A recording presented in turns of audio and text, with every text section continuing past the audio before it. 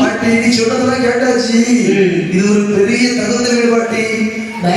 நீங்க ஒண்ணு வந்தான்னு வச்சுக்கிய உன்னோட சந்தையை முக்கில உள்ள விட்டு உன் மேல இருந்து கீழா வரைக்கும் தங்கத்தால் அலங்கரிச்சு விட்டுருவாங்க. வசதியான வீடு. நான் வரணும்னா என் பேர் எப்படி பேரு கோரி கரெக்டா பேசணும் பார்த்துக்கோ. நல்லா உருவ பொண்ணு இல்லையா? பொண்ணு நஞ்சி சொன்னாயா சொன்னாயா